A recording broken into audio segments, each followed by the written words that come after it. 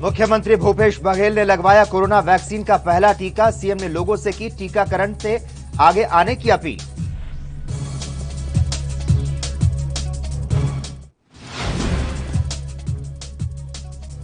मुख्यमंत्री शिवराज ने बुलाई कैबिनेट की बैठक। कोरोना के बढ़ते संक्रमण पर होगी चर्चा। टीकाकरण उत्सव मनाने की तैयारियों पर होगी बातचीत।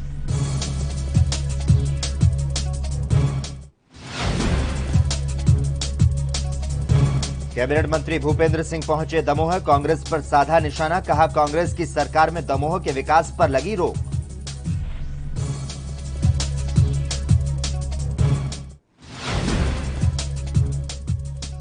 और महाकालेश्वर में महायज्ञ अनुष्ठान का आयोजन प्रारंभ। 1.25 लाख महामृत्युंजय मंत्रों का किया जा रहा जाप। कोरोना महामारी के संकट को देखते हुए किया अनुष्ठान का आयोजन।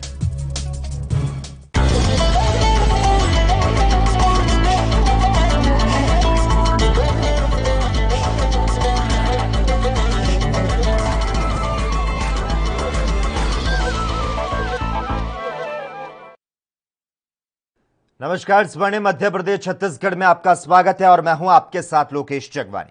कोरोना संक्रमण को रोकने के लिए देश में जन जागरण अभियान चलाया जा रहा है।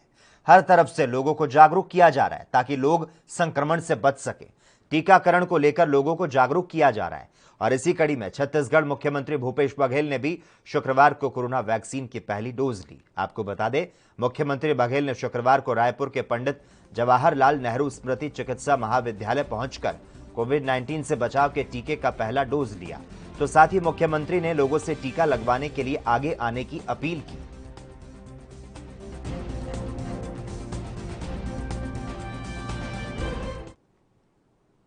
मध्य प्रदेश में बढ़ते कोरोना वायरस संक्रमण को देखते हुए मुख्यमंत्री शिवराज सिंह चौहान ने शुक्रवार शाम 5 बजे कैबिनेट की बैठक बुलाई है। बैठक में मुख्यमंत्री वीडियो कॉन्फ्रेंसिंग के जरिए मंत्रियों से प्रदेश में बढ़ रहे कोरोना संक्रमण को लेकर चर्चा करेंगे। ऐसा माना जा रहा है कि इस दौरान गुरुवार को प्रधानमंत्री नरेंद्र मोदी की मुख्यमंत्रियों के साथ हुई बैठक में जारी हुए दिशा निर्देश पर चर्चा की जाएगी। इसके अलावा टीकाकरण उत्सव मनाने की तैयारियों पर मंत्रियों से बात की जाएगी।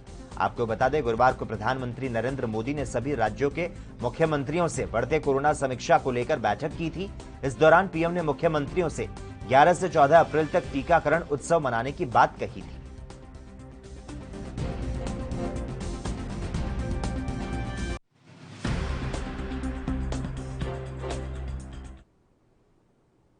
कोरोना संकट काल के बीच मध्य प्रदेश के मुख्यमंत्री शिवराज सिंह द्वारा राजधानी भोपाल में कई पौधों का रोपण किया जा चुका है। मुख्यमंत्री शिवराज सिंह चौहान ने अपने प्रतिदिन एक पौधा लगाने के संकल्प को आगे बढ़ाते हुए आज भी स्मार्ट पार्क में पौधा लगाते नजर आए। तो साथ ही उन्होंने एक बार फिर से लोगों से आग्रह किया कि जन्मदिन, विशेष अवसर या परिजनों की स्मृति में पेड़ लगाकर धरती को बचाने में योगदान दें। इसके अलावा उन्होंने मीडिया से अन्य मसलों पर चर्चा की।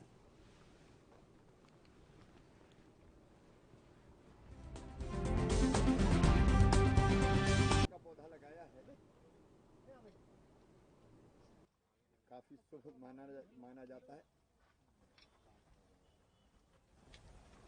वृक्षारोपण का अभियान भी जारी है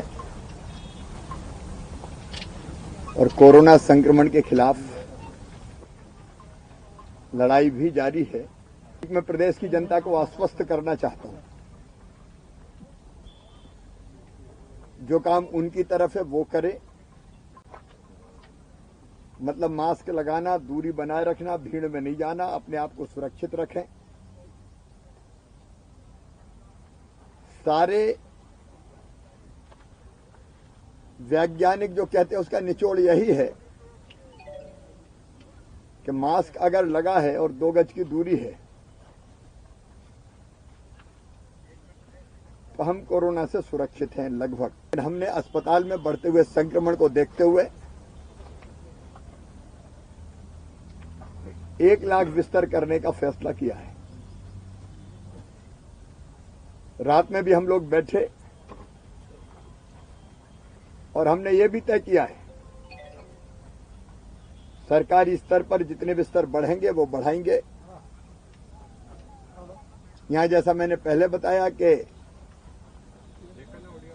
प्राइवेट अस्पतालों को भी सरकार ले रही है ताकि निःशुल्क गरीब का इलाज हो सके, मध्यम वर्गीय का भी इलाज हो सके।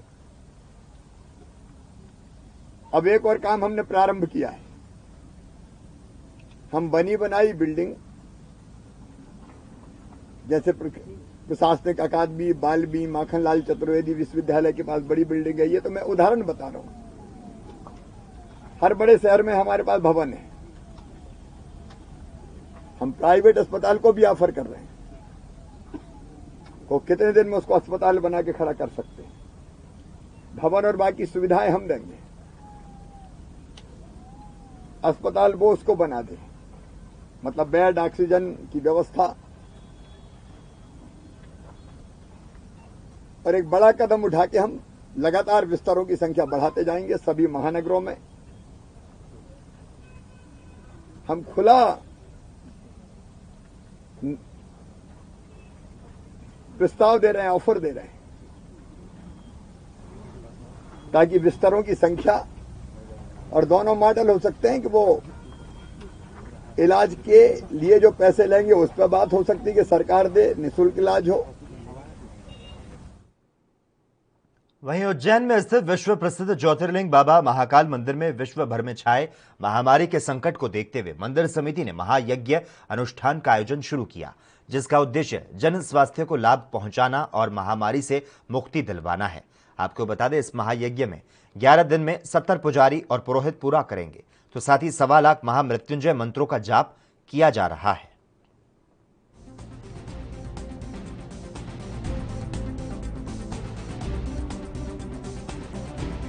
तो 1.25 लाख महामृत्युंजय मंत्रों का यहां पर जाप किया जा रहा है। उज्जैन में स्थित विश्व प्रसिद्ध ज्योतिर्लिंग बाबा महाकाल मंदिर में विश्व भर में छाए महामारी के संकट को देखते हुए मंदिर समिति ने महायज्ञ अनुष्ठान का आयोजन शुरू किया है।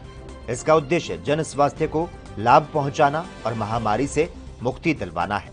आपको बता दें, इस महायज्ञ में 11 दिन में 70 पुजारी और पुरोहित इसे पूरा करेंगे, तो साथ ही 1.25 लाख महामृत्युंजय मंत्रों का जाप जो है वो भी किया जा रहा है।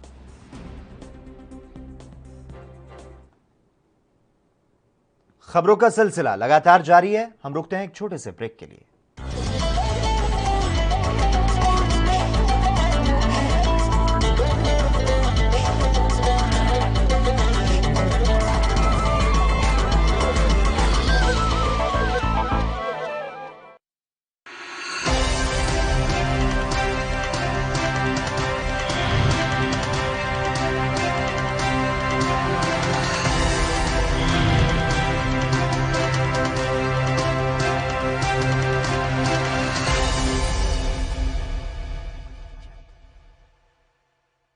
क्या आप दुबले पतले कमजोर हैं? आपकी सेहत नहीं बनती, भूख कम लगती है, वजन नहीं बढ़ता। दरअसल मेन बात खाना पीना खाना नहीं है, मेन बात है खाया पिया लगना। और अगर खाया पिया लगेगा ही नहीं तो सेहत बनेगी कैसे?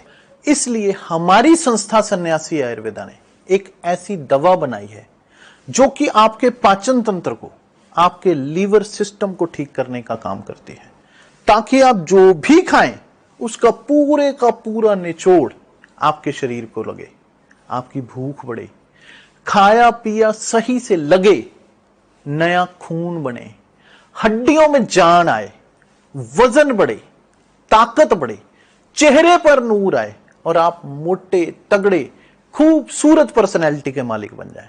यह दवा पूरी तरह से आयुर्वेदिक होती है। इसका शरीर पर कोई भी साइड इफेक्ट, कोई भी नुकसान या दुष्प्रभाव नहीं होता। लड़के लड़कियां दोनों इसका इस्तेमाल कर सकते हैं और पहले 15 दिन के अंदर ही आपको इसका असर महसूस हो जाएगा।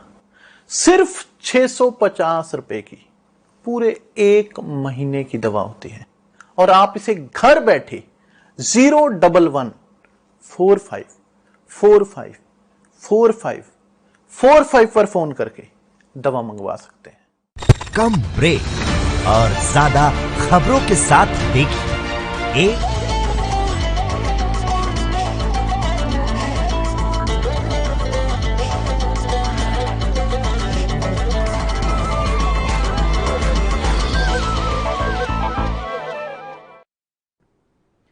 ब्रेक के बाद एक बार फिर से आपका स्वागत है। मध्य प्रदेश के कैबिनेट मंत्री भूपेंद्र सिंह दमोह पहुंचे और इस दौरान उन्होंने कांग्रेस पर जमकर निशाना साधा। उन्होंने कहा कि दमोह का विकास पूरी तरह से रुक गया था। दमोह की योजनाएं कमलनाथ सरकार ने छिंदवाड़ा में शिफ्ट की थी। तो साथ ही उन्होंने कहा कि कोरोना पर हालात जो हैं वो बिगड़ते जा रहे हैं और इस पर ध्यान दिया जा रहा है। दमोह का विकास हमारे चुनाव का मुद्दा है। कांग्रेस की 1.25 साल की सरकार में दमोह का विकास पूरी तरह से रुक गया था। दमोह की अनेक योजनाएं माननीय कमलनाथ जी ने छिंदवाड़ा शिफ्ट कर दी थी।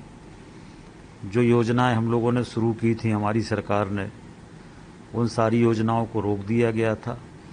इसलिए उन योजनाओं को फिर से प्रारंभ करना, उन कामों को जो रोके गए थे उनको फिर से प्रारंभ करना और दमोह का विकास तेज गति से करना, ये हमारे चुनाव का। देखिए, जो स्थितियां हैं इस समय मध्य प्रदेश के अंदर और देश के अंदर, इन परिस्थितियों में हम सबको लोगों की जीवन की सुरक्षा हमारे लिए ज़रूरी है और जीवन की सुरक्षा को ध्यान में रखकर ये निर्णय सरकार को लेना पड़े हैं। सरकार तीनों स्तर पर का प्रयास कर रही है।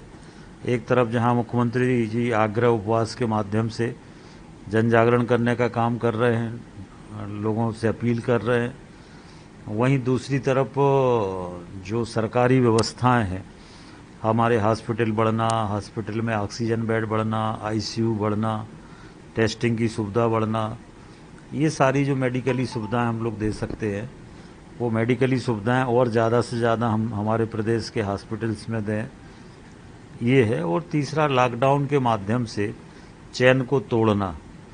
तो जहाँ पर ज़्यादा एकदम केसों की स्थिति आ गई है, वहाँ पर लॉकडाउन सरकार को करना पड़ रहा है और अभी छिंदवाड़ा छोड़ के बाकी जगह 2 दिन का लॉकडाउन किया है। आगे जैसी परिस्थितियां होंगी फिर निर्णय सरकार वैसा करेगी। देखिए, ये इलेक्शन कमीशन के ऊपर छोड़ दिया है, क्योंकि यहाँ पर आचार संहिता लगी हुई है और यहाँ के बारे में निर्णय लेने का अधिकार निर्वाचन आयोग को है और इसलिए निर्वाचन आयोग के ऊपर ये फैसला छोड़ा हुआ है, निर्णय छोड़ा हुआ है। वो जो निर्णय करेंगे उसके आधार पर दमोह में भी निर्णय होगा। दमोह के बारे में भारत निर्वाचन आयोग निर्णय करेगा। और इसी के साथ ही स्वर्णिम मध्य प्रदेश छत्तीसगढ़ में बस इतना ही। तमाम अहम खबरों के लिए लगातार आप जुड़े रहिए हमारे साथ और देखते रहिए एएनबी न्यूज।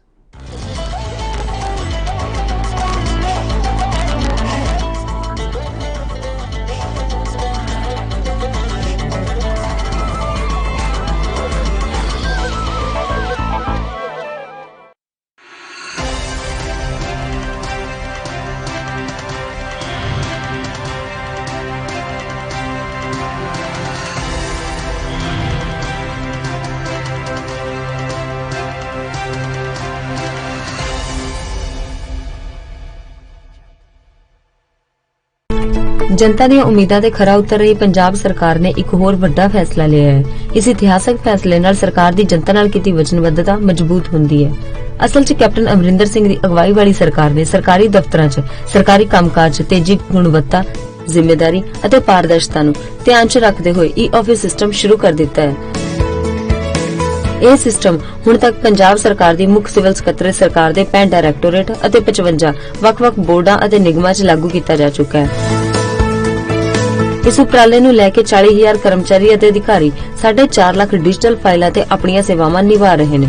ਸਰਕਾਰ ਦੇ ਇਸ ਯਤਨ ਅਤੇ ਮਕਸਦ ਨਾਲ ਪਹਿਲਾਂ ਦੇ ਮੁਕਾਬਲੇ ਸਰਕਾਰੀ ਕੰਮਕਾਜ 'ਚ ਤੇਜ਼ੀ ਹੋਈ ਹੈ।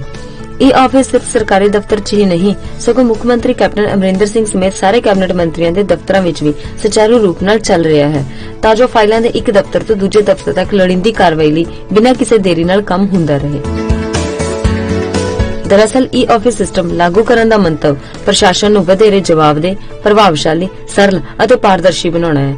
ਜੇ ਅਸੀਂ ਈ-ਆਫਿਸ ਸਿਸਟਮ ਦੇ ਫਾਇਦਿਆਂ ਬਾਰੇ ਗੱਲ ਕਰੀਏ ਤਾਂ ਇਸ ਨਾਲ ਪਹਿਲਾਂ ਤਾਂ ਕਰਮਚਾਰੀਆਂ ਦਾ ਸਮਾਂ ਬਚਦਾ ਹੈ, ਦੂਜਾ ਕਿਸੇ ਵੀ ਫਾਈਲ ਨੂੰ ਲੱਭਣ 'ਚ ਆਸਾਨੀ ਰਹਿੰਦੀ ਹੈ, ਤੀਜਾ ਫਾਈਲ ਦੇ ਗੁੰਮ ਜਾਣ ਜਾਂ ਅੱਗ ਲੱਗਣ ਦੀ ਸੂਰਤ 'ਚ ਡਾਟਾ ਸੁਰੱਖਿਅਤ ਰਹਿੰਦਾ ਹੈ, ਚੌਥਾ ਕੰਮ 'ਚ ਪਾਰਦਰਸ਼ਤਾ ਬਣੀ ਰਹਿੰਦੀ ਹੈ, ਕਰਮਚਾਰੀ ਦੀ ਛੁੱਟੀ ਤੇ ਫਾਈਲਾਂ ਲੱਭਣ ਦਾ ਕੋਈ ਝੰਜਟ ਨਹੀਂ ਰਹਿੰਦਾ।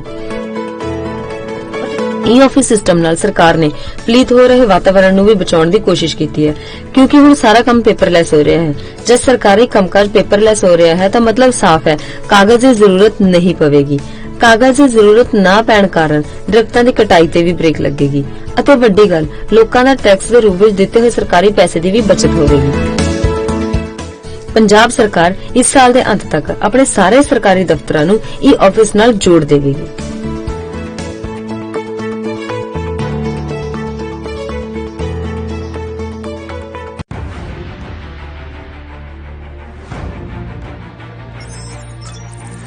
खबर चाहे सियासत की हो या सरकार की,